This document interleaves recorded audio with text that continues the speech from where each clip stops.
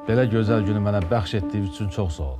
Amma unutma ki, sizdən çoxlu nəvələr gözləyir. Oturun əvvəl masaya. Ne oldu be komandir, ne mesele?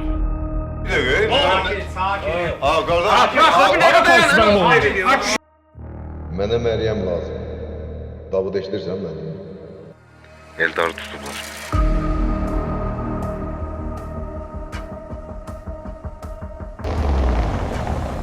Amma elə ölməz. Mən istəyirəm Eldar qardaşım çox əziyyət çəksin.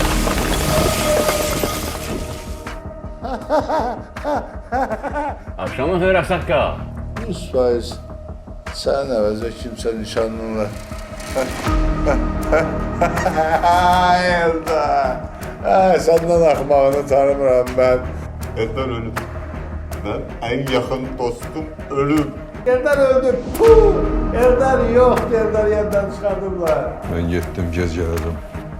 Cehennem ol. Fərhad əvvəlcə nə şey planlaşdırıb? Pullarımın olmağına şübhə vermirsən, hə? Bakı, Biz nə vaxt görüşdürürsən? inanırsan mənə? Əlbəttə inanıram. Mənim pullarımı ancaq buradan çıxanda götürə bilərsən. Baxanda qisas ala bilərsən.